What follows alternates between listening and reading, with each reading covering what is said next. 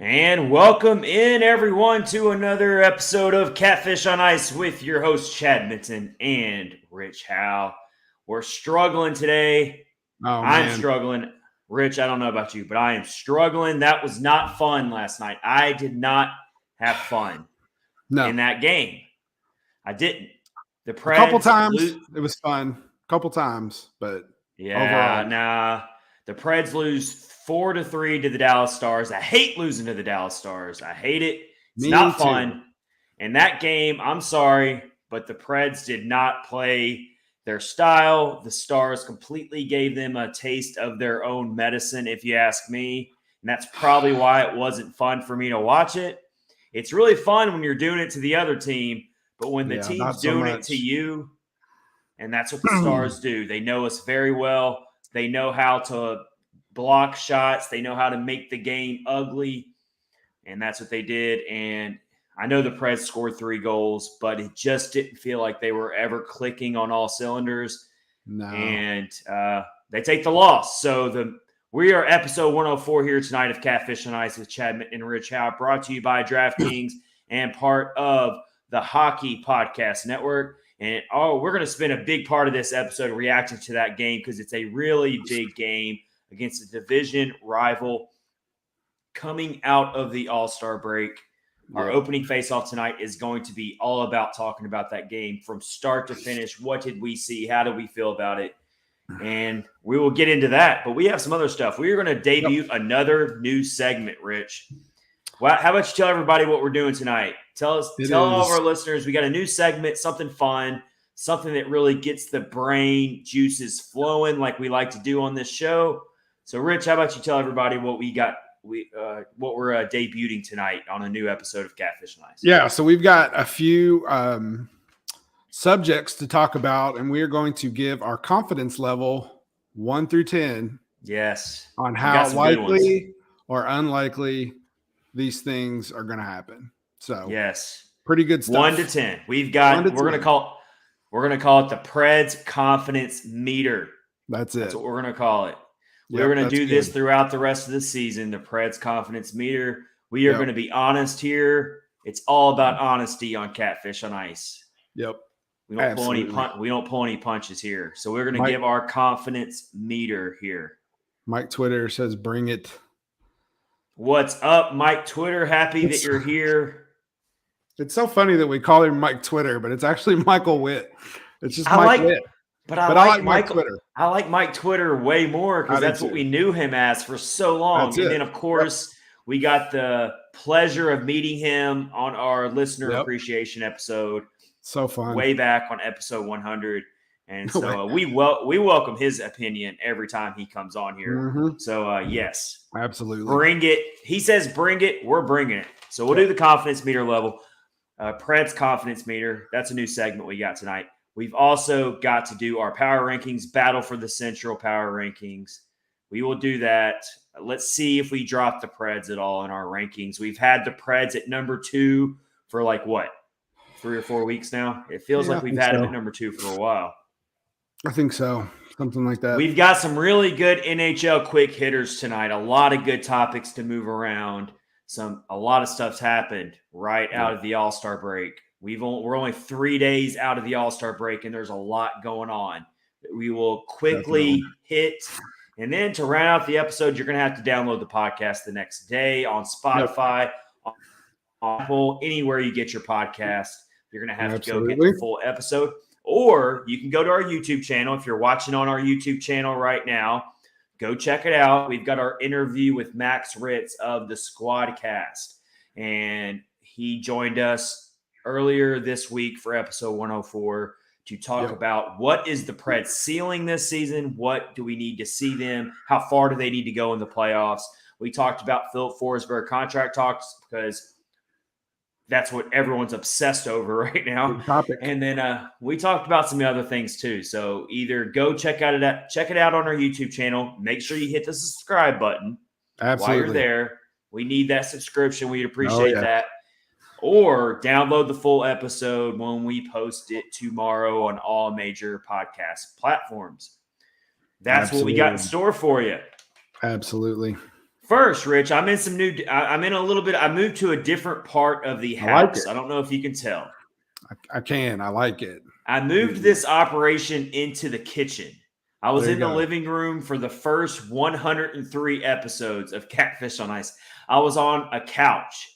This couch that is very comfortable, but when you're sitting for over 2 hours, 2 hours, or 2 hours on that couch, leaning forward, it hurts your back. It does not feel good on your back at all. And it's really good to fall asleep on watching Netflix. It's not so great for doing a 2 hour long podcast when you're sitting up. So I had to move this operation into the kitchen. So I'm into the kitchen right now. And I feel a lot better. And I don't know if anyone can see that's watching right now, but over my right shoulder, right up there. Yeah, right there. Yep, that's it. See a really cool picture. I'm not going to get up and take it off the wall, but it's a picture of way back in 2006, 2007. My mother, who does a lot of our graphics, created the Catfish on Ice logo. Yes, she used to do She used to do advertising for the Predators. And way back when, she got that picture, which is got 3 autographs on it from Paul Kariya, Kimmo Timonen, and also Steve Sullivan.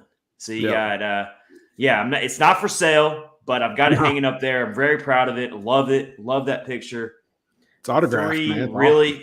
It's 3 really awesome early Preds. Mike Twitter says it's catfish in the kitchen. It's not catfish on the ice anymore. In the kitchen.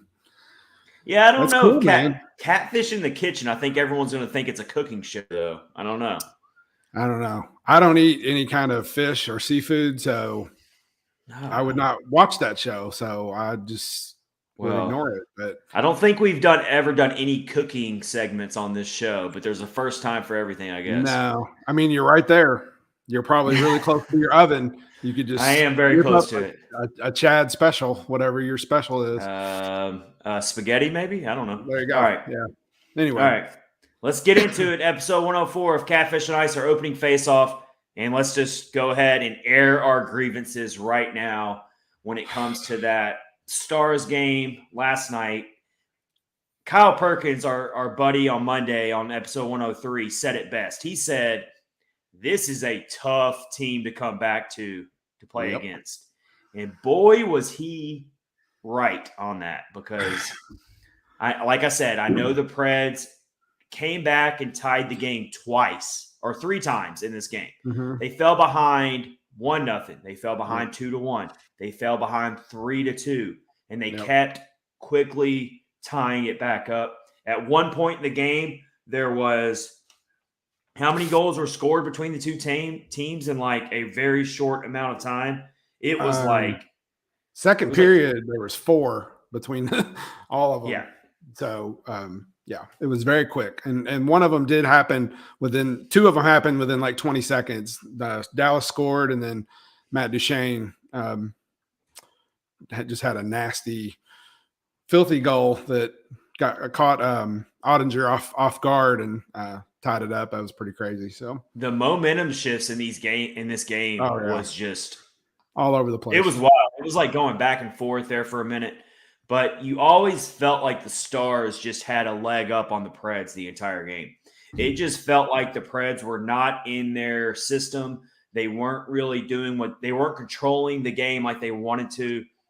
And John Hines said that in his quote, basically saying we didn't play to our identity. He loves that word, identity. And I got to go with him on this one. They did not look like they're the normal Predators team that has a ton of line chemistry, that is working in sync with each other. I didn't see that last night. Even though they did score 3 goals, I did not see that. Rich, I'm really interested to hear what your perspective was on the game. So I thought that they did a good job for the first 8 or 9 minutes. Like, they had possession of the puck a lot. Dallas was on the ropes for that whole stretch. I mean, Predators pretty much kept the puck the whole time. And then that whole mess with Trennan hitting Klingberg happened. And I think that just kind of took the steam out of them. How do you feel about that call, Rich? And okay. We're not biased on Anyone who listens to our show regularly, we are not a biased Preds podcast. We love the Preds, but we call them out when they don't play well. We call them out when things just happen the way they happen. But that whole call, Rich, where they called elbowing, they reviewed it for a while. You slow it down in slow motion. It was not a malicious elbow to this guy's chin. It was just a hard hockey hit on the boards. Rich, and talk about that. Yeah, so that's what I didn't like. So it did, when you watched it live, it did look kind of ugly. It looked like Trennan, shouldered up into his face or whatever. But what actually happened was Klingberg's arm was up high, and Trennan bumped his arm and he kind of hit himself. And, what I don't like is it took him forever to make a call. And like Jamie Benn was trying to fight Trennan, and Trennan wasn't having anything with it, not wanting to fight, which was really good on his part. And the referees just finally got together and they gave Trennan a 5-minute major penalty after 5 minutes of deliberating about it. And then once they reviewed it, they put it down to 2 minutes. But like, I don't like that. It's like you're given the plays got done. Like, you shouldn't have like 5 minutes to decide, oh, you know what? I think we better give this guy a penalty. I didn't like that. And it happened again in the game later on. Did not like that at all. So why does it feel like the Preds are always on the wrong end of these really just terrible calls from these officials? And we know that NHL officiating is like right up there with the NBA as far as I'm concerned when it comes to just blatant, awful, like officiating. And I'm not saying it's like fixed or it's rigged. Don't get me wrong. I'm not like out here trying to give you some hot take, but I think it's just bad officiating. Yeah. I don't think they have it out for the Preds in particular. Yeah. Because I have seen some calls that were bad for the other team when the Preds are involved, but for some reason, I mean, these are momentum shifting moments in a very close game, a division rival game. Yep. You got to get these calls right. And when you have that much time to review it, it's just, I mean, it's tough. And I'm not saying, I don't know. I just felt like this Dallas goaded the referees into making a call. Because with Jamie Benn, and then once they called, that 5-minute penalty, he's getting at least 2 minutes. The only thing, they can't wipe it away. The only thing they can do is reduce it to 2 minutes, and that's what he wound up getting. And I just didn't think that was cool. But I don't know. What did you think about it? Did you agree or?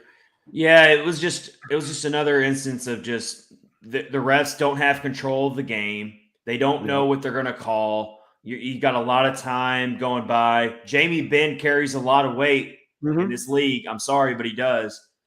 I mean, he's a very storied veteran of this league that carries a lot of weight, I'm sure, with the officials. And you saw him not happy about whatever he was not happy about. And I don't think that changed the game, though. Let me be very clear here. Not really. I actually think the Stars could have easily beaten the Preds by 2 or 3 goals in this game. I'm just being dead honest. That's what I saw. I don't think the Preds deserved necessarily to win that game last night. They did not play very well. They did not. No, they didn't. And if they play that way through this month of February, they're in trouble. Because big trouble. You think the Stars are a formidable opponent. They're getting ready to play teams like Carolina, Florida. They got to take on they got to take on the Capitals. I mean, they're schedule's ugly. Their Eastern Conference opponents they got coming up here are some legit Stanley Cup contending teams. Yep. Who have scoring talent. And I just the effort they brought forward. I don't want to say effort because I do think this team always plays hard. But they just weren't in sync with each other. It just wasn't working. Yeah. And I don't know if it was just – I'll give credit to the Stars on defensively. They frustrated the Preds. They built that wall at the blue line. They made it very hard for the Preds to get set up. Yep. If you look at the 3 goals the Preds scored, it was very much just these quick strikes. nothing like no pretty goals. They were all fought for, like Tolvanen's. We didn't even know if it was even his at first. It looked like McCarron tipped it. And then Matt Duchene's, his was probably the best one of the night. And it was still like not a clean, like shot to the net. But it was, I was doing the tweeting last night for our for Catfish's. So send all your hate. So send all your hate mail to @rich_how_9. That's right. He was the one tweeting. I was tweeting from Predline, so you can send all your hate mail in terms of the Predline's tweets to @Chad_Minton. So now we know who was tweeting from where. Yeah, it was, and I was a little salty about the referees last night on the old Twitter account, but the last tweet I sent out was, I think, very true for the Predators. These guys can't have days off. Like when they get stretches where they don't get to play, this is what happens, and it's really strange. And I know it takes a little bit to get back into the flow of playing, but man, you're second in the division. Minnesota's 1 point behind you. Dallas is like going to be making a huge push to get in the wild card or higher. Like you got to beat these guys and you got to get up for these games. So, yeah. Well, let's talk about this. I mean, both teams had 15 giveaways. Yeah. Thank you, Mike Twitter. I appreciate that. Yeah. So there was an accurate tweet. Yeah. So each team had 15 giveaways. So it was a sloppy game from both teams. I felt like the Stars did not finish on a lot of the giveaways that the Preds gave them. Like they had some really good chances where they completely missed the net or Saros made the save. Like I saw a lot of times when that happened. Saros, let's talk about Saros here. I mean, poor guy just got left out to dry on a lot of these goals, but there's one goal in particular where I would have really liked to have seen him take that mantle of being a Vezina goaltender and being one of the best goaltenders in the league. And that was the Rupe Hintz goal that put, I believe it put the Stars up 3-2. And it was that, you remember where the bouncing puck happened and it bounced off a Cunning's stick? Mm-hmm. And Rupe Hintz, who is a very dynamic goal scorer, just dangerous. When he gets open in open ice, you're in trouble. Yep. That's one of those breakaways where, I mean, if Saros can just make that save, then who knows what happens. You're still 2-2. Maybe the Preds can figure out a way to get get the lead for the first time on the evening. Yeah. And I'm not putting this loss on Saros. Don't get me wrong here. No. But those are the kind of moments where you really want to see Saros just step up and say, not today. It's not going to happen. Dikembe Mutombo style, like put the finger up like it's not happening today. No. He wasn't able to do it in that moment, unfortunately. Yeah. Rupe Hintz made a really slick move on him, beat him backhand, I believe. And I think you're right. It's one of those things. And what was weird is like it happened like just a little outside of the neutral zone. Well, like right at the blue line, basically. So he didn't like have a full head of steam skating towards Saros, but he took off pretty quick. And yeah, I really would have liked to seen him stop that one too, but I don't know. I don't know what you're going to do. Rupe Hintz is a good player. And then the two goals that Jason Robertson scored were screen goals. Yeah, that dude. And that's just, I mean, that's so hard for any goaltender to make the save in that instance. So it's one of those situations where, I mean, honestly, the Stars could have scored 5 goals in this game, honestly, 5 or 6. Like they were in a lot of really good spots. And it was, and then let's talk about this. What were you thinking, Rich, on this last face-off of the game? Where they give the Preds like this like power play, which doesn't really mean anything. And you've got this face off. And you've got what? I think there was like 0.9 seconds or 1.9 seconds. It was like 1.9, I think. It was basically you had enough time because it's not like, so everyone thinks buzzer beaters, they think the NBA. And in the NBA, the ball has to be out of your hand before the clock hits zero. Yep. In hockey, the puck actually has to cross the red line into the goal for it to count. Absolutely. So 1.9 seconds is like literally win the face off, and you got to like blast it. Yep. And I don't know if it would have counted if it would have been on net. It's hard to say. But Forsberg got a shot off. Mm-hmm. Credit to Ryan Johansson for winning the faceoff. Yep. Forsberg got a shot. He missed the net wide. But could you have imagined what would have happened if Forsberg scores here with the type of season he's already having? If he scores there and it gets reviewed as a good goal and we go to overtime in a game that was already wacky to begin with. Yep. I mean, yeah. Got me. It got me. It did. Me too. I agree 100%. Justin makes a really good point. It's clear that the Preds need better defensive depth or call up Ferentz or something because it was clear as day when Boro goes down, it's bad. Well, absolutely. Very good point you bring up there, Justin Gambino. So the Preds were without their trusted third defensive pairing of Mark Borowiecki and Matt Benning. Matt Benning's been out for a bit. He's been out since before the All-Star break. Mm-hmm. But, yes, very, very difficult when you've got to go. You got to bring Ben Harper back into the lineup. You still got Fleet Myers in there, which he's been playing a little bit better. But that's not a good swap when you're swapping out Boro and Benning for Myers and Harper. Mm-hmm. And that was illustrated plain as day in this game. I mean, very much so. They were carved up left and right. There were a lot of people out of position. And it gave me nightmares and flashbacks of back when the Preds couldn't figure out their third defensive pairing for the longest time. If you remember when they were signing players like Corbinian Holzer, and they were going out there and getting your Lucas Spizas of the world. There it is. There it is. There it is. Yeah, and so Yannick Weber Yannick Weber was what he was, but you even had Matt Irwin back Jared Tornorty, which I know Jared Tornorty's turned out to find himself a home and plays pretty well. But that was a time when it was just like the Preds didn't know what to do with that third defensive pairing. And so you don't see Borowiecki or Benning in there, and look what happens.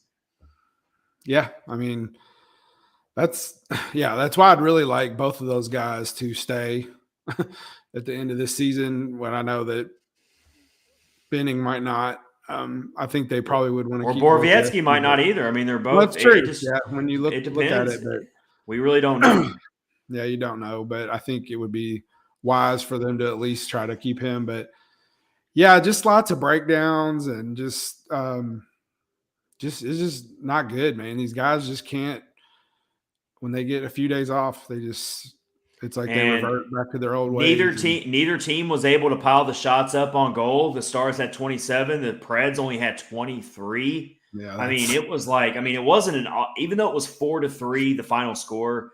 Yep. That really will fool you here. It was not an offensive game at all. It was very sloppy. It was very chippy.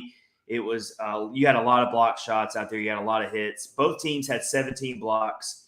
Yeah. The Preds had 15 giveaways in this game. You're not going to win. You're not going to get any kind of an offensive flow with 15 giveaways, and the other team gets 6 power plays. That's hurt. That hurt them. Yeah, and you trade it off with you go 0 for 4 on the power play. Yeah. It's a recipe for disaster. They are very fortunate that it was a 4-3 game and that they actually had a chance to tie this game late and go into overtime. Because if the Preds figure out a way to even get a point out of that game, and this is what I'm thinking in the third period of this game, I'm thinking if the Preds even get 1 point, it will be like stealing in the dead of the night, because they had no business getting any points out of that game. No. I hate to say it, but it is what it is, you know? Yeah, I will say that's not going to get it done later in the month when they're playing, even the Stadium Series game playing against Tampa Bay. We got that sneaking up on us. It's huge, it's like 2.5 weeks away, the Stadium Series game against Tampa. Yeah, so this month is just brutal, man. And then Yeah. you get revenge. You get a chance for revenge on Dallas on February 24th, which will be at home. Pekarine's jersey retirement ceremony. Of they course. better beat them. Oh my gosh! Win. And I think they're going to come into that game really ticked off after because they know these players are so accountable. They know that they did not play well last night. Yeah, and so I expect the Preds to really come out and play very well on Saturday against Winnipeg. I trust this team to do what is necessary to come out and beat a team that they are better than right now. They're better than Winnipeg. They have no business losing to Winnipeg on Saturday. Absolutely. They better take care of business, play their game, make some adjustments, and all will be well. All will be calm again. But if they snowball this into a loss on Saturday, these standings are way too clunked up right now. You can fall back in a hurry, and suddenly you're in the wild card spot, which we've already talked about it. We're like, we don't want any part of being in that wild card spot. Absolutely not. So the week of the Stadium Series game, that Tuesday at Florida, and then like you said, on the 24th, Pecorine retirement, jersey retirement, Dallas.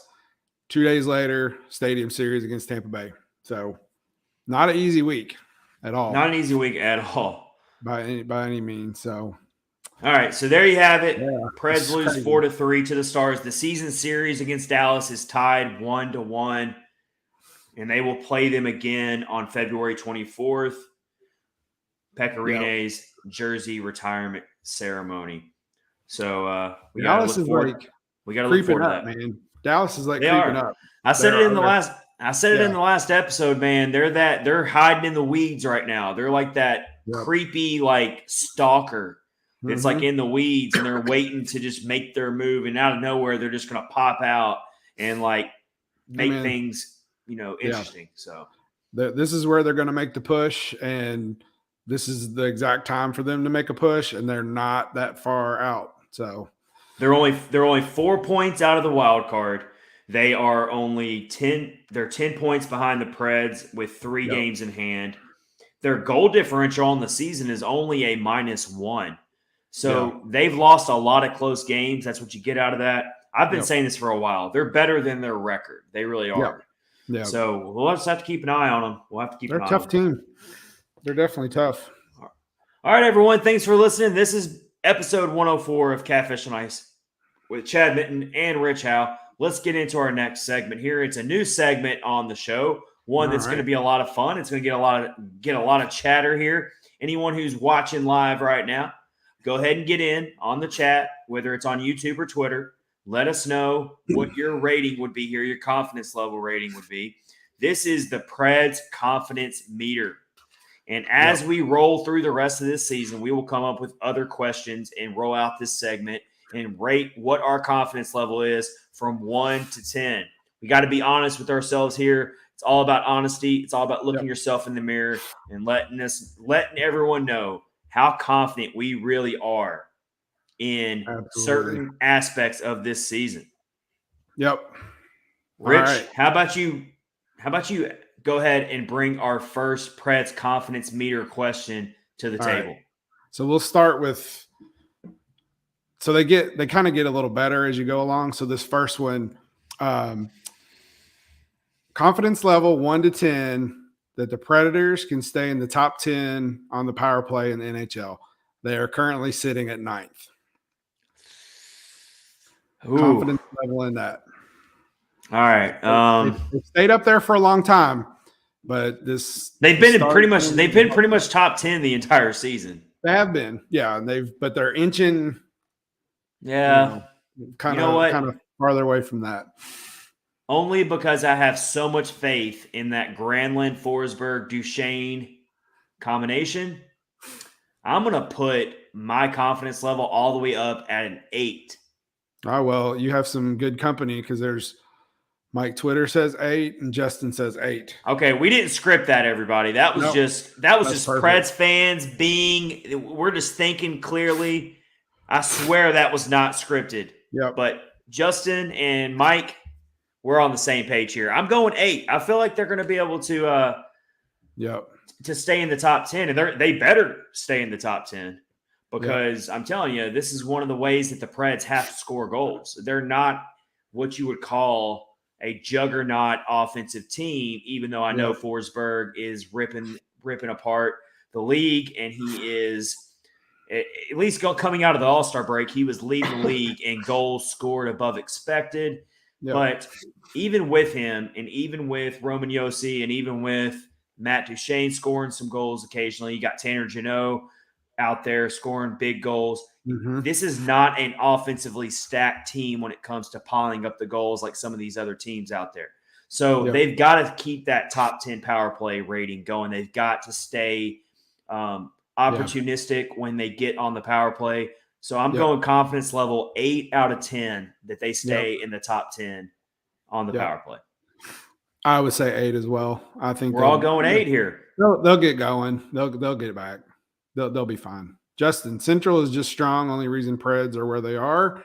And then he says Preds will be first in the Pacific. That's possible. That's absolutely possible. All right. Number 2. Right. What? Whoa, wait, Rich. Why are you rubbing your hands like you're like Mr. Burns from The Simpsons? Because they're so good. These are all good. All right. They're so good. All right. Number 2. 1 to 10. Do the Preds finish in the top 3 in the Central Division? This one right here is like – this one is hard. I got to really look myself in the mirror here. I've got to really go deep into my soul to answer this one honestly. And Rich, I got to be honest, man. I'm feeling like we're destined for the wild card again right now. I'm going to go 5 out of 10. I'm right in the middle, man. I'm not very strong in my convictions right now when it comes to finishing in the top 3. And when I look at the standings, the biggest reason why I don't have high confidence is, it's the games in hand. And I know everything's going to even out. Minnesota has still got 5 extra games behind us, and they're only 1 point behind us. Yep. So you got to think that eventually Minnesota is going to pass up the Preds unless the Preds just go on some, really good winning streak, and then in return the Wild go on a long losing streak. And then you got St. Louis, who's played 3 fewer games than the Preds, and they're only 3 points behind.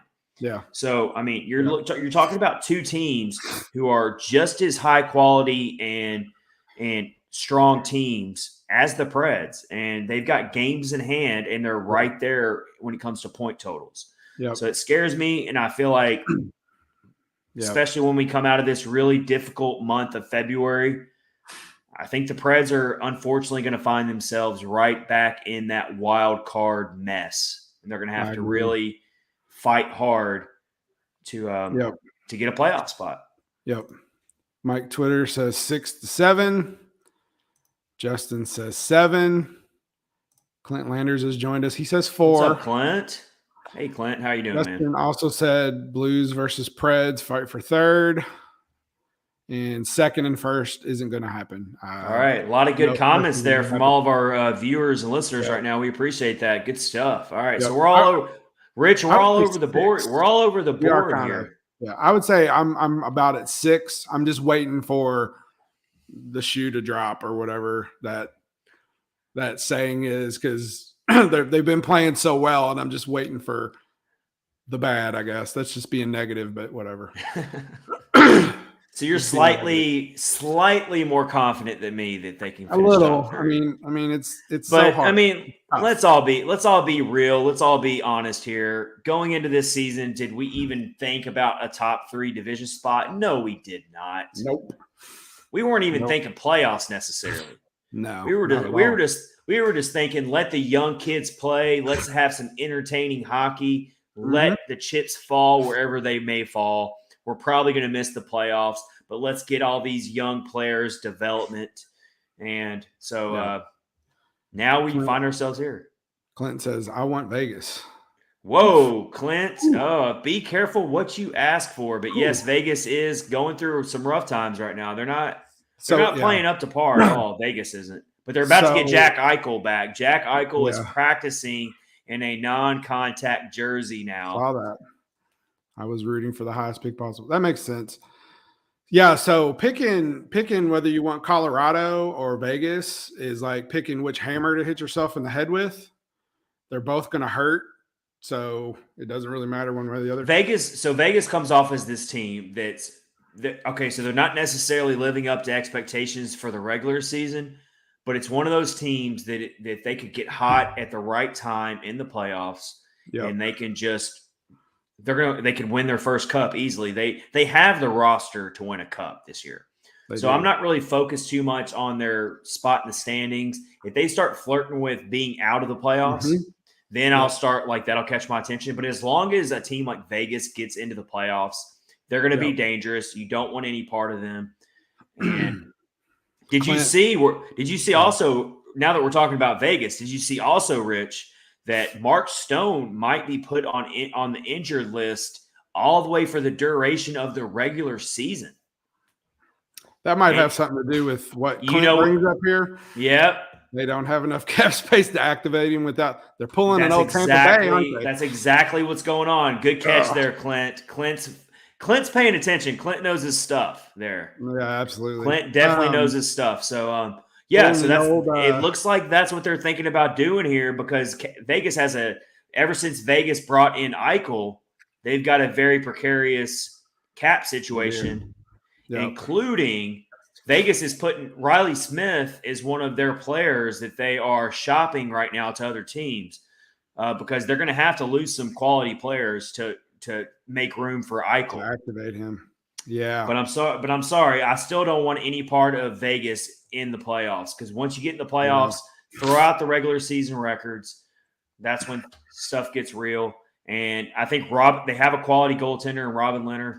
So, they're going to figure it out eventually. Almost kind of like how Colorado, we said the same thing about Colorado. Oh yeah. I think Vegas is going to figure it out eventually. So, yeah, absolutely.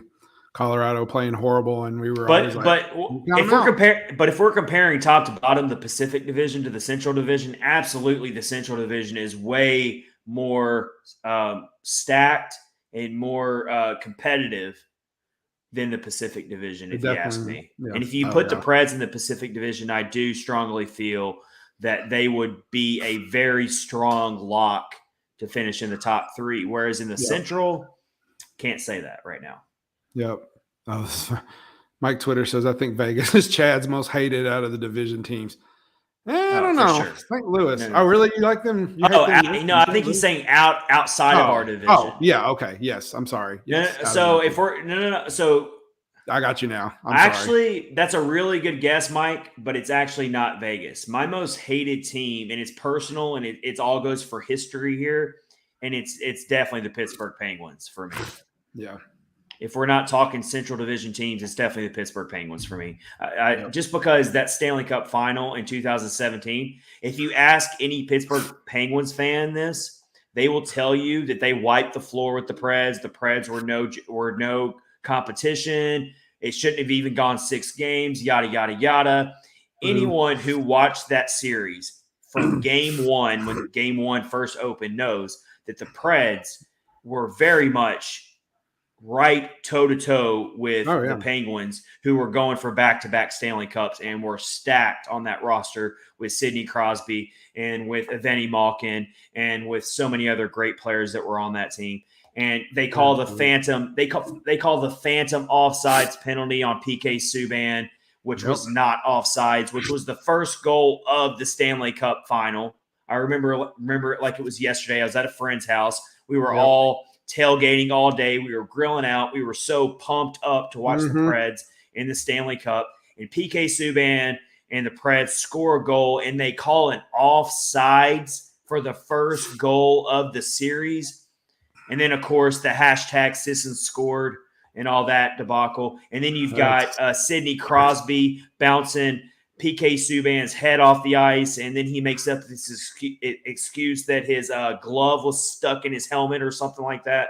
Like, it was just a lot of stuff. It was just like, so I'll never forget. I never had any problem with the Pittsburgh Penguins before that series, but now I'm like, they're not, and the Penguins are one of those teams that figure out to still be relevant. Like they're still a quality team. Like they're going to make the playoffs again.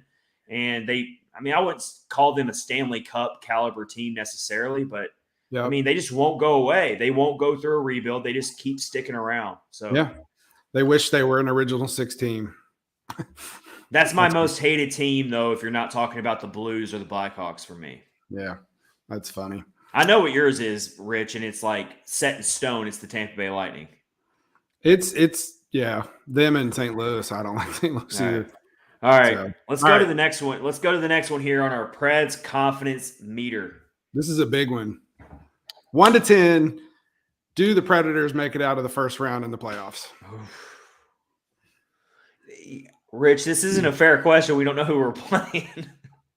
Well, all right. Generally speaking. Generally speaking, are they going to make it out of the playoffs or make it in past to the second round? 1 to 10. What's your confidence level? I'm going to tell you. Give me yours first. Yeah, let's let you go first this time. It's not very. I'm going to say like a 5. Like I said, I'm just waiting for something to snap. I don't know. It's like everything's too good. Everything's just too good this season. So I don't know. I'm going a 7. Oh wow, good. And the reason why is the way this team plays for each other and the way this team is built. They are built to the Predators and the way they play and the way they play for each other. And they've got UC Saros in net. They do play very strong special teams hockey, which is what will do a lot of favors in the playoffs. Yep. They are the perfect prototype team to pull off an upset. Yeah, I hope so. So we just talked about we just basically said that we're really worried that the Preds are going to be a wild card team again this year. Mm-hmm. But even if they do end up in the wild card and they have to go up against Colorado, or they have to go up against a Vegas, or let's say that in the Pacific, Vegas doesn't win the division, and maybe the Preds draw an Anaheim Ducks, maybe, who are up there. I think the Preds are built to maybe, just maybe, pull off a first-round upset. And we see upsets happen all the time in the Stanley Cup playoffs. And I think the Preds are the perfect team to pull off an upset. I can't go 10 like Mike is doing right now. Not that high. I'm going 7. It's a very modest 7. But I do feel like this is the year that they can maybe pull off an upset similar to what they did in 2017, maybe. Not a sweep, not on that level, but they can maybe win a 7-game series, win in 7 and upset somebody and make it to the second round. That's definitely their ceiling for me. I don't think they're going to the conference finals this year. I don't see any of that happening. But I do think they are an upset alert type of team in the first round. So I'm going 7. Yeah, that's good. Mike Twitter said different mojo this year. That's true. It is different. Mm-hmm. Absolutely. And when you've got, we don't know exactly what's going to happen at the trade deadline, but let's just hypothetically say that David Poile doesn't do anything. Let's say he just stands pat, which is very possible. Yeah. Then I'm looking at this roster right now, and I'm thinking you have plenty of players who are having career type of years who can step up and score clutch goals in the playoffs for you. Of course, you got Philip Forsberg. But, Matt Duchene's playing on another level. You've got Tanner Jeannot, who wants to taste that playoff success again. You've got Yakov Trenin, who can score goals for you in big moments. They've got plenty of players up and down their lineup. You're waiting for Eli Tolvanen to finally reach that pinnacle in his career where he can start scoring those big playoff goals. They've got the weapons. They've got the players up and down the lineup. They're not a thin lineup by any means. So they can definitely upset somebody in the first round. They could do it. Let's do one more, Rich. Let's do one more before we move on. Clint, real quick, says, so do you also dislike the Canadians now due to their interim coach's name? Marty St. Louis. No, I'm not going to go that far, but so we're going to do one more. All right. So I've got pick the best one left. I know we had like 8 or 9 on our list, but we're gonna cut this down to 4. So I'm gonna real quick. I'll give the ones we're not gonna do. So I had Saros wins the Vezina. I'm about 50-50. I don't think it's gonna happen. Yossi wins the Norris. A little higher for that. So this will be the one. 1 to 10 confidence level. Does Philip Forsberg re-sign with the Predators? because we haven't obsessed over this enough already, Rich. Yeah. And you said that was your New Year's resolution was to not talk about it. Yeah, that was the worst And New here we Year's are. resolution of all time. Look at this. Justin Gambino, 4. Ooh, I don't like that. Justin, I don't like that at all. Wait. Oh, he's doing something else. So he says 8. Which one is that, Justin? All right. So while we're waiting for that clarification, I'm going to go ahead and give y'all a very optimistic and very strong 9 out of 10. He resigns. Look at you. And I think he resigns before the trade deadline. I hope you are right. I'm going to say that's really tough. Like we've talked about it a lot, but like you just don't know. But I think he will. I'm going to say an 8. Let's go with an 8. All right. And the reason why I say a 9 out of 10, the reason why I'm that high on the confidence meter is because, for one, and I don't have any inside information on this. I don't hang out with Philip Forsberg on my days off. I wish I did. I wish I was that cool. But something strikes me from Forsberg that he does care about this team. Mm-hmm. He is loyal to this franchise. He loves Nashville. He loves his teammates. He appreciates what this organization did for him by trading for him. Mm-hmm. He has a chance to be the record holder on a lot of records when it's all said and done. And this organization has always done everything they could to make him a better player. And I think that a lot has to do with what's happening this season, of course. He's finally got 2 line mates that maximizes his value in Granlund and Duchesne. Why would you want to walk away from that now if you're Forsberg? When you actually – it would be one thing if the Preds were just shuffling the lines up again this year and Forsberg was just bouncing up and down with different line mates and he couldn't get any rhythm and his numbers were down. Then I think Forsberg would be like, I'm out of here. Like, sorry, I'm gone. Like, I got to get out of here. I'm not re-signing. Yep. I'll finish out the season or you can trade me, but I'm done. I think he's starting to realize, hey, this team's building something. We've got a foundation we're starting to build, and I want to be a part of it. And so I'm going 9 out of 10. I think Poyle's going to have to overpay him a little bit to keep him here. Yep. But you know what? You overpay your superstars when they've been here for this long. They've done everything they've done for your franchise. He's definitely top 3 greatest Preds of all time. I would call him top 3 or top 4. We could talk about that another day. But he's definitely at least top 3 or top 4. And so I agree. I think you just got to pay him. Even if it's a little too much and you overpay him a little bit, you got to pay him. I'm going 9 out of 10. Poyle's going to get this done. It's going to take a little bit of time. I'm sure they're having to crunch a lot of numbers behind the scenes. I'm sure Forsberg's camp is but I think behind the scenes, and they're keeping it hush-hush, I think they're talking about it, and they're going to eventually get it figured out before the March 21 trade deadline. That's how I feel about it. If it doesn't happen if the March 21 trade deadline passes and there's still not a deal, I'm going to start sweating this thing out. Oh, absolutely. Yeah, because there's the potential he could walk for nothing. Clint said 7. Justin said 8 for Forsberg. I think Mike Twitter said 5. I don't know. Then Mike Twitter said, did you see Wayne Gretzky interviewing Philip Forsberg? I loved it. I couldn't get enough of it. Wayne Gretzky talking about Philip Forsberg. Yeah. He is just when he is doing his analysis for TNT, it's like literally nothing else matters around me at the moment. Oh yeah.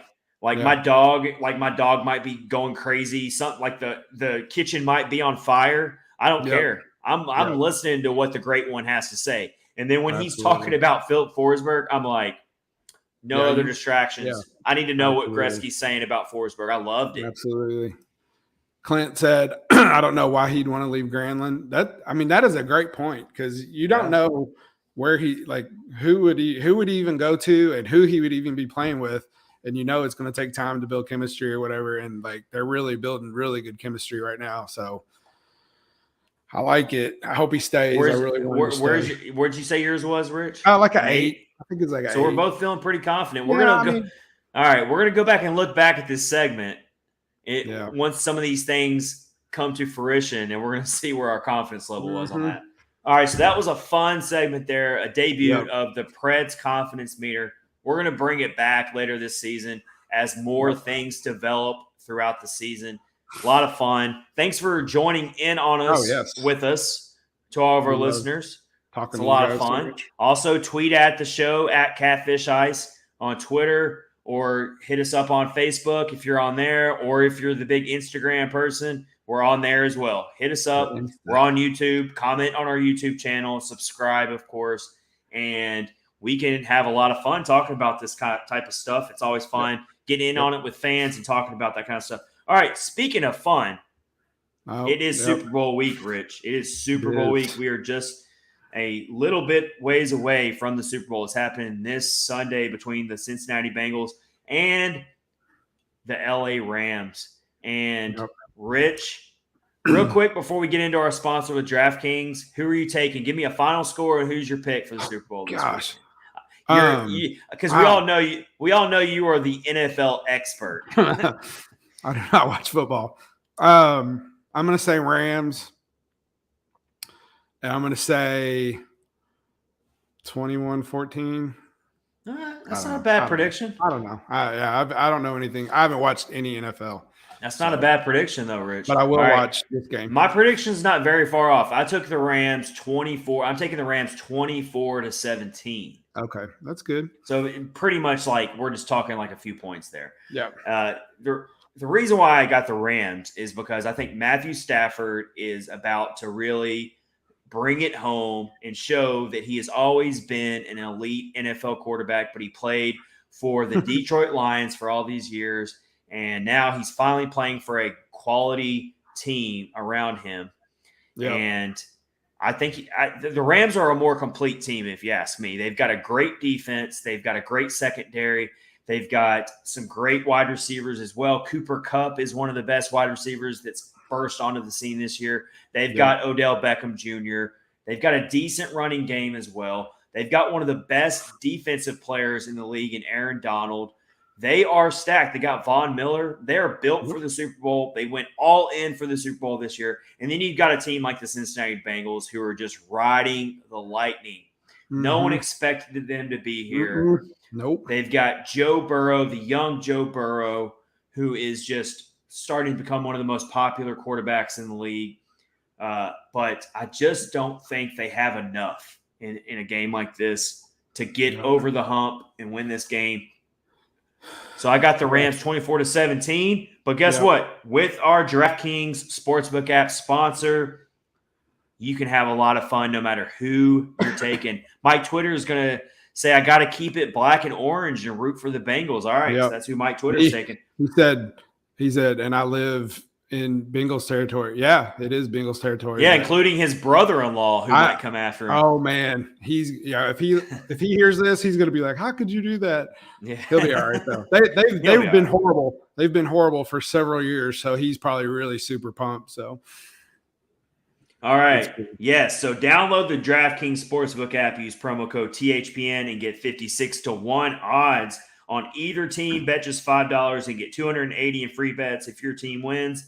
That's promo code THPN at DraftKings Sportsbook, an official sports betting partner of Super Bowl 56. 21 and up, minimum age and location requirements vary by jurisdiction.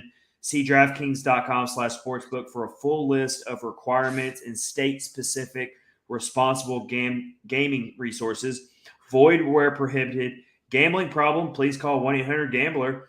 And also, if you don't have the sportsbook available yet in your state, there's still a lot of fun you can have. New customers can get a free shot at $1 million top prize with their first deposit. And also, you can play DraftKings Daily Fantasy Football Contest, also for Super Bowl 56, which a lot of your big bettors, that the people who don't like to do that kind of stuff, the Daily Fantasy is a great option for you at the DraftKings Sportsbook app. There's a lot of these fun little prop bets, these fun little contests you can get in on. Not a lot of it's not as much like gambling. So I know gambling's not for everybody. There's other stuff you can find at the DraftKings Sportsbook app where you can have a lot of fun. So everyone go do that. And we are going to have a lot of fun watching the Super Bowl this Sunday. You got to, Rich, what are your Super Bowl plans? I don't know. We haven't made any decisions or anything. Probably not much. I'm not sure what's happening, truthfully. We usually go hang out over at my in-laws and watch it, but there you go. Not sure. Well, I am going to be serving the public at my day job. Let's just call it that. We'll have all the games on. We're doing a lot of fun specials we should in get Nashville. To watch it. That's awesome. Oh, yeah, it'll still be on. But yes, I will be serving the public for that one. All right. Yep.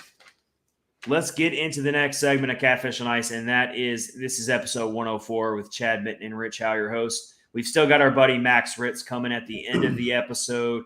You are going to check out his awesome interview that we had with him earlier this week. That will be at the end of episode 104 if you download the podcast, or you can check it out in its entirety on our YouTube channel right now. So go do that. All right, so let's do our battle for the Central Power Rankings for this week. And I know all of our minds are on the Preds after they lost the Stars last night. But before we get to the Preds ranking, let's go ahead and start at number 8 and work our way down. And Arizona. Let's talk about Arizona, though, because we always talk about yes, they're still number 8, but it's actually official now. For at least 3 seasons, they're going to be playing at Arizona State's brand new, very much smaller college arena. And honestly, I think it's going to be kind of cool. 5,000 seats, I think, is what it holds.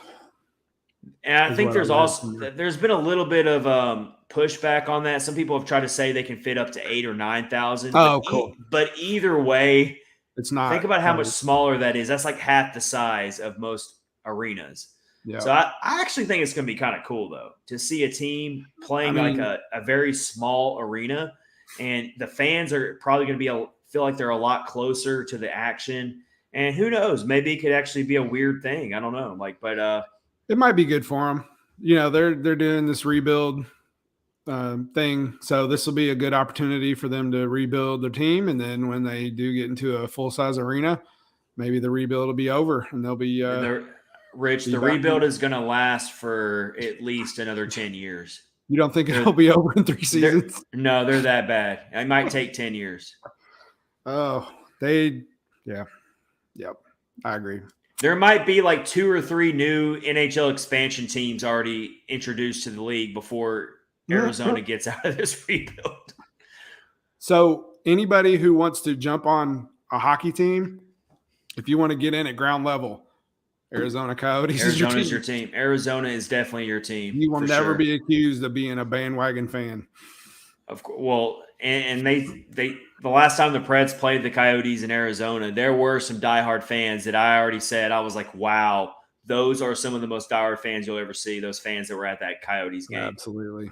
All right, but the Coyotes are definitely at number 8 still. In our power rankings, I think they've been number 8 all year, haven't they? I think so. They've got a 1-game win streak going, though. Oh, good for them. Yep. All right, so they're 12-31-4. They did beat the Colorado Avalanche. That's their crown achievement of the season. But they're way back. They're way back, and everyone knew it. Even the front office knew it was going to be this bad. Probably. At least they were honest with their fan base when they told them, like, "Hey, we're going to be terrible this year. Just deal with it." Hey, it is what it is. What are you going to do? All right, so I made a really, really bold decision last week, and I moved the Blackhawks up to number 6. Yep. I am striking that back. I fully regret that I ever moved them up to number 6. They were playing a little bit better at the time, but they're back to number 7 where they belong. Yeah. They're on a 1-game win streak. They are 17-23-7 on the season with 41 points. They've played the same amount of games as the Preds and the Coyotes this year, but they're 47 points or 41 points. They're 4 points behind Winnipeg for 6th place in the division, but I don't think they're anywhere close to being as good as Winnipeg, even though I don't think Winnipeg's very good either, but I can't put them ahead of Winnipeg. I was wrong to put them ahead of Winnipeg last week, honestly, but I did it, and they showed me that was a bad choice. So the Blackhawks, they're staying at number 7 for me, and hopefully, me too. I just wish that somehow the Coyotes would catch them, and the Blackhawks had to finish in 8th place. Like, I want all the misery possible for the Blackhawks, every possible misery that can happen. But the only they're thing I number don't 7. like about that is I really like Marc-Andre Fleury. Poor I really well, I you like know I hate it. he's considered on one of the trade blocks here. Like a Yeah, lot of people are saying, like that the Blackhawks could dish him out, and I really that's true. hope that would be one of the nicest things that the Blackhawks organization could do this year is save Marc-Andre Fleury, do him a favor, get him the hell out of there, send him to anywhere other than there. Send him to Arizona for all I care, but get him the hell out of that crappy organization. Yeah, they're so bad in front of him. That's what sucks. Is it's horrible. I hate it for him. Hate it for him. But anyway, so you had Chicago at 7, Winnipeg at 6. Winnipeg's at 6, yes. Winnipeg's on a 1-game win streak as well. We're getting ready to see Winnipeg on Saturday, though. They beat Minnesota to keep Minnesota at bay. Well, So Winnipeg's one. Well, hey, Winnipeg's one of those Winnipeg. teams that we've been saying this for a while. They should be way better than what their record is. I mean, that's kind of what Winnipeg is. I mean, it's not like they don't have players who can make things happen for their team. Yeah. Thank you, Winnipeg, for beating Minnesota. Let's not thank them just yet, Rich. Let's get past Saturday before we give them any kind of thank you. Thanks for beating Minnesota. That's what I'll say. Not true. Thank you. I don't love them or nothing. So, all right. So after last night's game where the Stars beat the Preds, I'm actually moving St. Louis down to number 4. Wow. And I'm moving the Stars up to number, or I'm moving St. Louis back to 5, and I'm moving the Stars up to number 4. All right. I made a switcheroo there. Yeah. I've been very honest about it all year. I don't believe in St. Louis. Yeah. I left them at 5 and then left St. Louis at 4, but St. Louis hasn't played in a long time. Like they've played I don't think they've played in 2 weeks. And they lost to Winnipeg. Thank you, Winnipeg, again. You beat St. Louis. So yeah, I mean, they're kind of interchangeable, I guess, but you're probably more on point with it than I am, putting St. Louis in 5th. A really good team in the Central Division is not going to make the playoffs. Let's just go ahead and say that right now. Right. Yeah. I don't know if it's going to be St. Louis. I don't know if it's going to be the Preds. I don't know if it's going to be Minnesota. I don't think it's going to be Minnesota. It might even end up being Winnipeg. Winnipeg might go on this crazy run down the stretch, and then they just come up just short. But someone who is a really good team in this division is not going to make the playoffs. Yep. And that's kind of what we're trying to sort out here with our rankings. But all right, so I've got I moved Dallas up to number 4. Yep. Because I do think that they really played an impressive game last night against the Preds, and they actually could have played even better and really made that not such a close game on the scoreboard. I'm being objective here. I can't stand the Stars, but I got to give credit where credit's due. They really had plenty of scoring chances in that game. They had plenty of opportunities to make that a 6-3 final score, a 5-2 final score.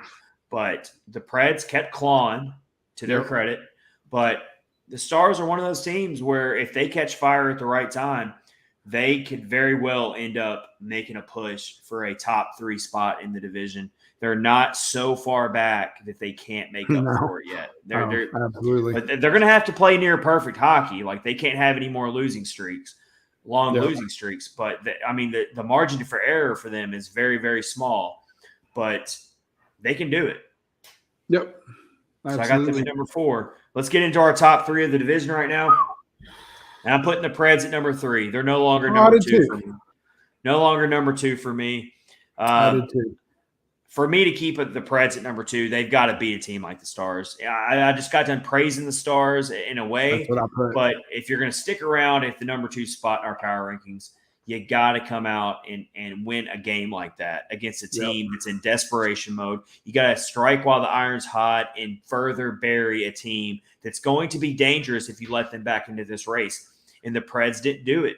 They didn't play their game. They came out sloppy, couldn't figure things out, and it led to a few Stars goals in that game. Could have been a lot worse. So I'm knocking them back a peg this week. I'm putting them at number 3. all is not lost. I'm not saying that we should just be panicking and freaking out yet. It's just one game, and the Preds have shown that they can respond to losses very well. We'll see what happens against Winnipeg on Saturday. That's a game where they better respond like they have in the past. But they're at number 3 for me.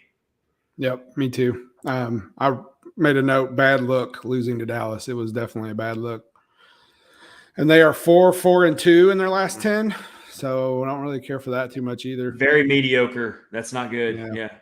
No, so the win streak that they had going put them in second, and that's the only reason why they're still in second is because they did so good for so long. What do you like to say, Rich? You always like to say this team doesn't do well when they get long breaks. That is exactly what I wrote. They can't have days off. So yeah, they need to be playing. Well, that doesn't spell very good fortunes for us this month because the Preds get a lot of breaks this month, Rich. They do. They absolutely do.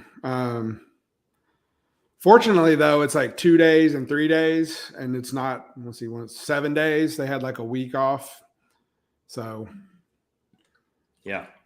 All right, so I think it's pretty clear here what we're doing. We're bumping Minnesota both to number 2. Yep. And the big thing about Minnesota is, if you look at it, they played the fewest games in the division, and they're still number 3. Mm-hmm. They're still number 3 in the division. They've played the fewest games in the entire division. They've played 5 fewer games than the Preds. All the COVID pauses that happened for some of these teams, it hit different teams differently. We had more postponed games than other teams. Mm-hmm. And Minnesota really went through a lot of postponements there for a while. And so they're still hanging around, even though they have so many games to make up for. Yeah. And well, they're 8-1-1 in their last 10. Yeah. But I think we looked at it last week, and a lot of those wins were like against like Montreal, and they played Chicago a couple times, I think, and beat them. And still strong though. I mean, 8-1-1 is really good. We're waiting to see what they're really all about. I mean, they've only played 2 games. Yeah. They've only played 2 games since January 30th. Yeah.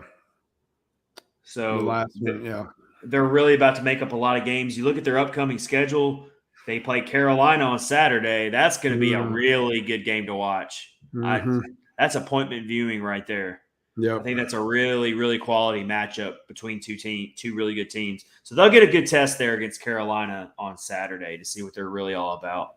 But they're number 2, and of course, we don't see them getting dethroned anytime soon. Colorado Avalanche are at number 1. 9-0-1 in their last 10. I mean, it's just amazing. If they get bounced, if something happens, they lose in the first round of the playoffs.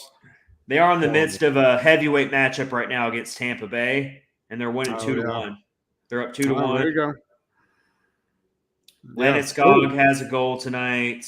Kucherov has a goal for Tampa to make it 2-1. But that's a game that we might have to turn on before we close out this episode. We're going to keep an eye on that game. That's a potential Stanley Cup preview right there. It sure is. Yeah, you're right. Colorado and Tampa. Colorado's got 24 shots on goal, and Tampa Bay only has 10. That's crazy. Yep. Wow. That's insane. Good stuff there. What a matchup. Yeah, like I said. The mighty Avalanche. Stanley Cup preview, very possible there. Yep. All right, that's our battle for the Central Power Rankings. Let's go ahead and do our NHL Quick Hitters of the week before we get to Max Ritz of the Squadcast to close out episode 104. Rich, how about you give us our first NHL Quick Hitter of the week? So the first one that I came up with is kind of Boston-centric, is Brad Marchand getting suspended for 6 games. I really want to know all your thoughts about that entire situation, because I know you like the Boston Bruins. You like you like Marchand, but he got a little poorly. That was he must have been in a bad mood, because there was another before that incident happened.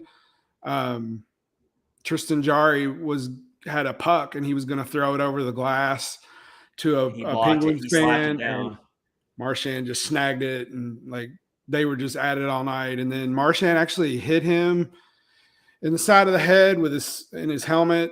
And then as he was being ushered off the ice, he poked Jari in the mask with his stick. Yeah, that's not good. And he got such a long suspension because of past suspensions. I think it said tonight, or with this suspension, he's had the most suspensions in the NHL. Yep. He passed Chris Pronger. Yeah. So it's his 8th career suspension in the NHL. Yeah.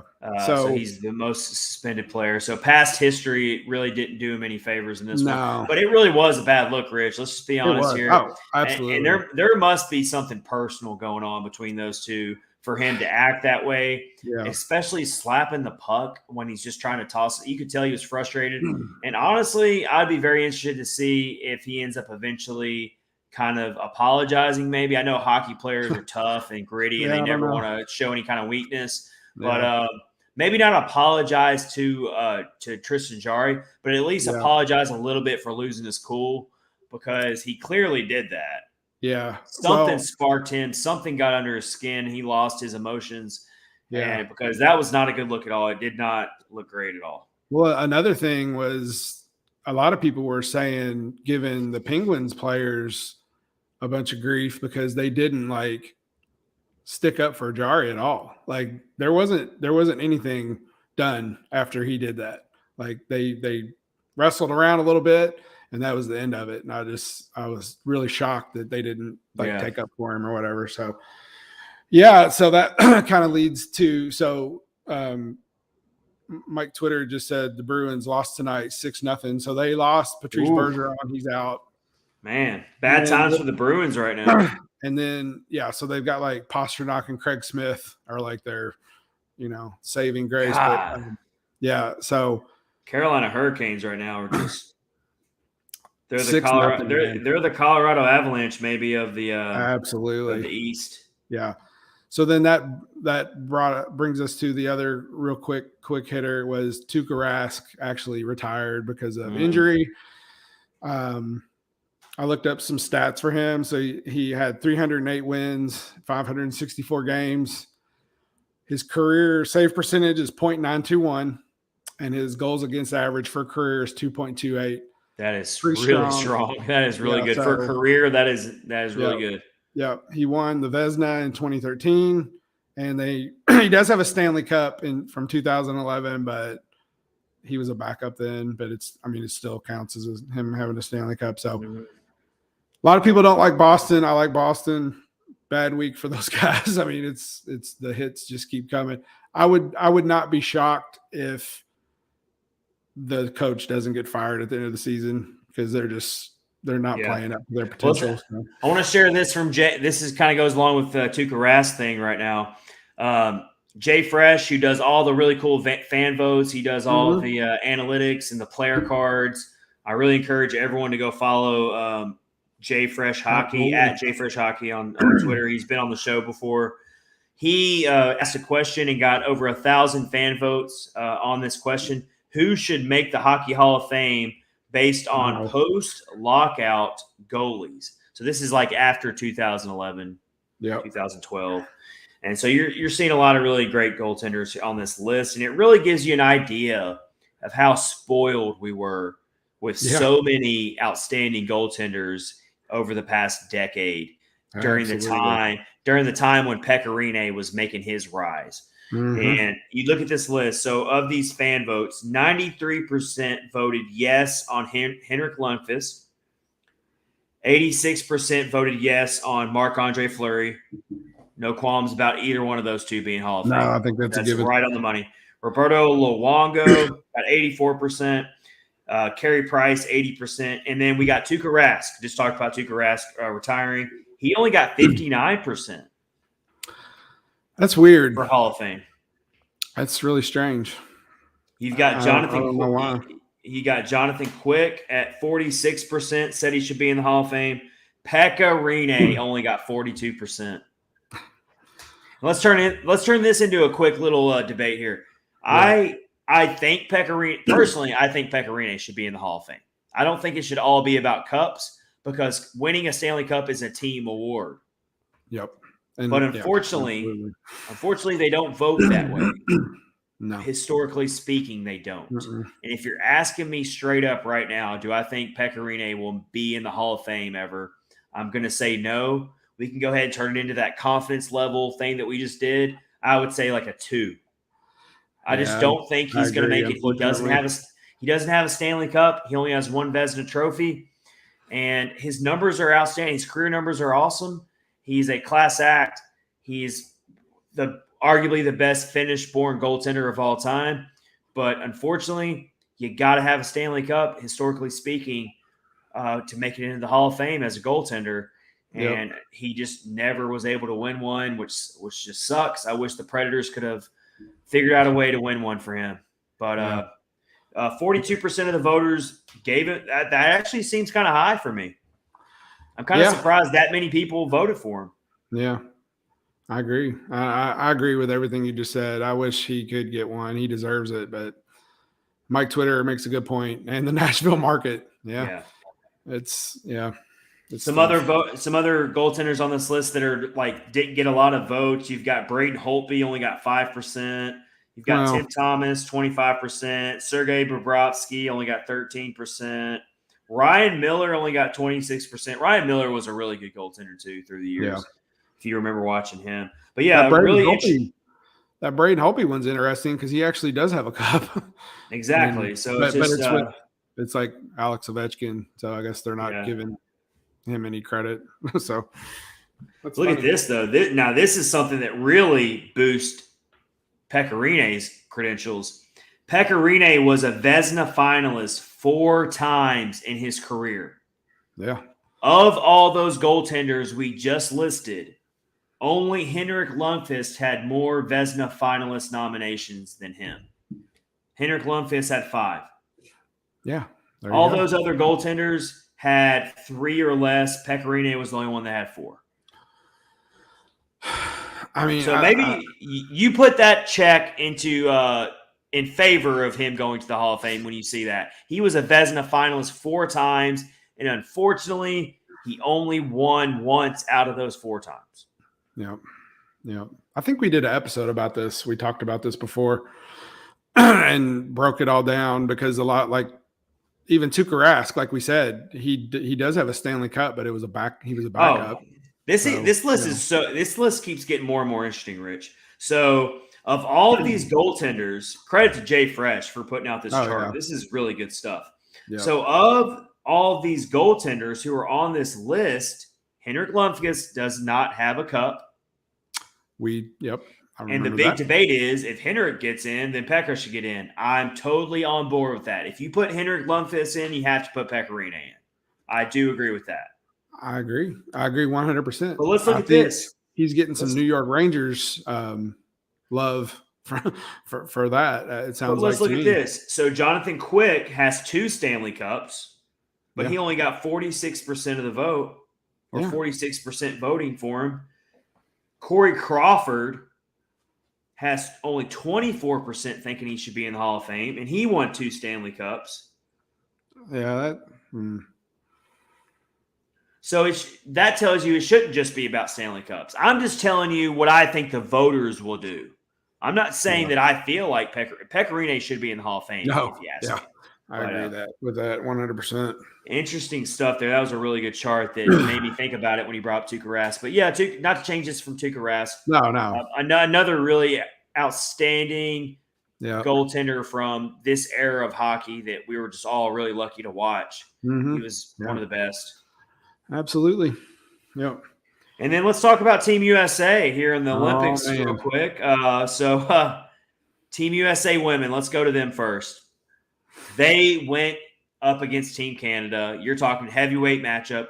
This was the preliminary round, so they will probably end up facing each other again. But in the preliminary round, Team Canada got the first laugh. They win 4-2 over the USA women. Team USA women had a 2-1 lead in this game at one point in the second period, but Canada came back with 3 unanswered goals to get the win in the preliminary round. But was still really good hockey, really fun. I watched the whole thing. I do think that it's going to be a really great rematch, most likely I agree. between these two teams, probably for the gold medal. I would say so. It's gold medal or bust for these two teams. We all know it. Neither one of these teams are going to be happy with a silver medal. No. But one of them has to take it. Yeah, and I don't think they really like each other either. Like, oh, no, because they know. I've seen like lots of animosity between those two teams. Because they know that, in the women's hockey landscape, it's 1A and 1B. It's Canada and it's USA, and then it's everybody else. Absolutely. But so the USA women, their next game will be against the Czech Republic. It will be the first time they've ever played the Czech Republic on the international stage, which is kind of surprising. But that's going to be a quarterfinal matchup. So that's the Team USA women's next game. So we will be rooting them on and watching them. And then the Team USA men's team opened up their Winter Olympics action with an 8-0 drubbing of Team China. The powerhouse hockey country of China. Yep. Which I did see, Rich, that all of Team China's team, a lot of their players are KHL players. So there is something to that. There's something to that. Surprised me.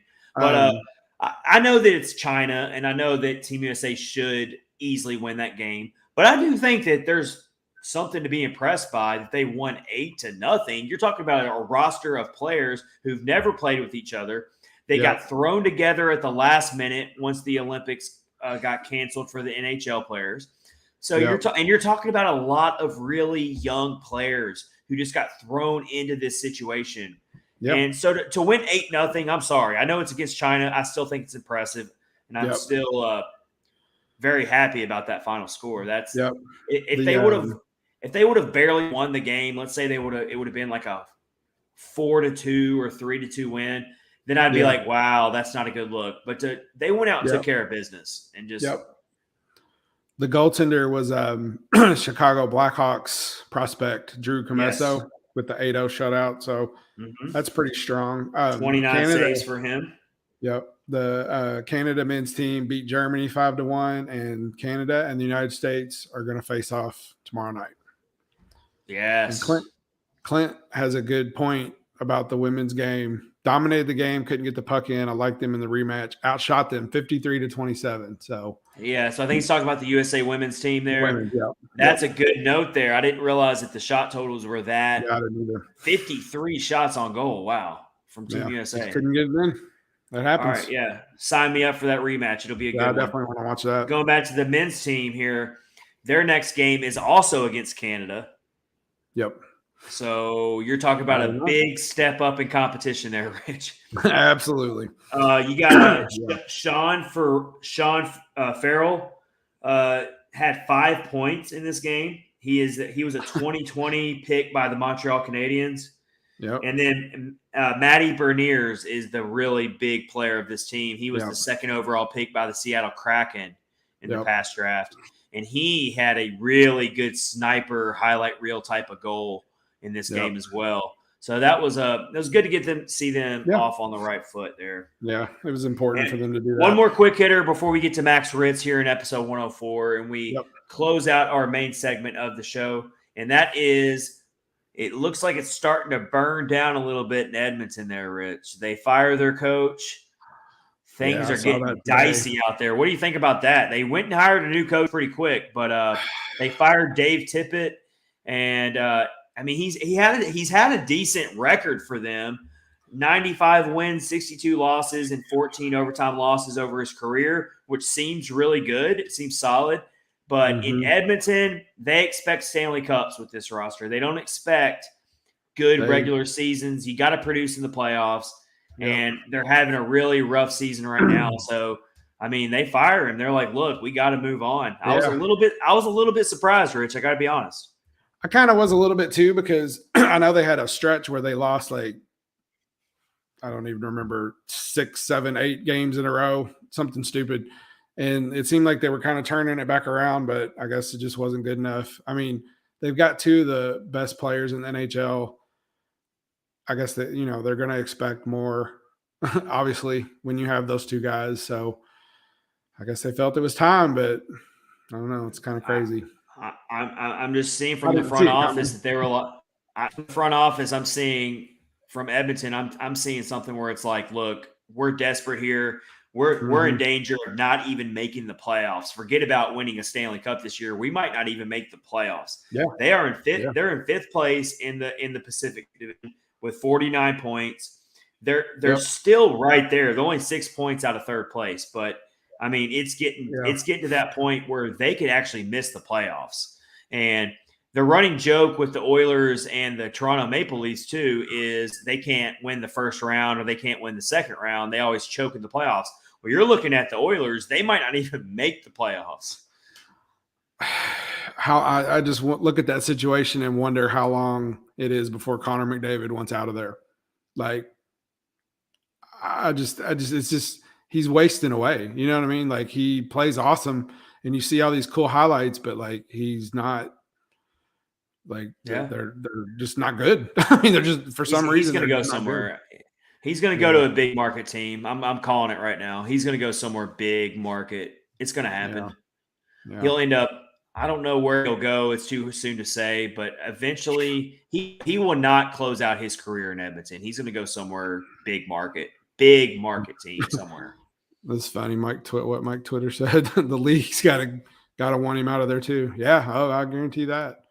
Yeah, just as much as they want Toronto to win because of Austin Matthews. So those are big names. All right. We appreciate everyone watching episode 104 live with us on our YouTube channel. Hit the subscribe button on YouTube if you're watching right now. We'd really appreciate it. Give us a review on any of the podcast platforms. We appreciate that as well. Follow us on Twitter at Catfish Ice. We are going to get ready to send you to our interview with Max Ritz of the Squadcast, our old friend of the show. We're going to talk Preds ceiling with him. We're going to talk about what the next month looks like. We're going to get into some Forsberg contract talks with Max Ritz as well. You're going to have to download the podcast tomorrow if you're watching live right now, or go watch it on our YouTube channel. It's posted right now as well. Until then, everyone have a great week. Enjoy the interview with Max Ritz. We appreciate you watching. This is episode 104 of Catfish on Ice.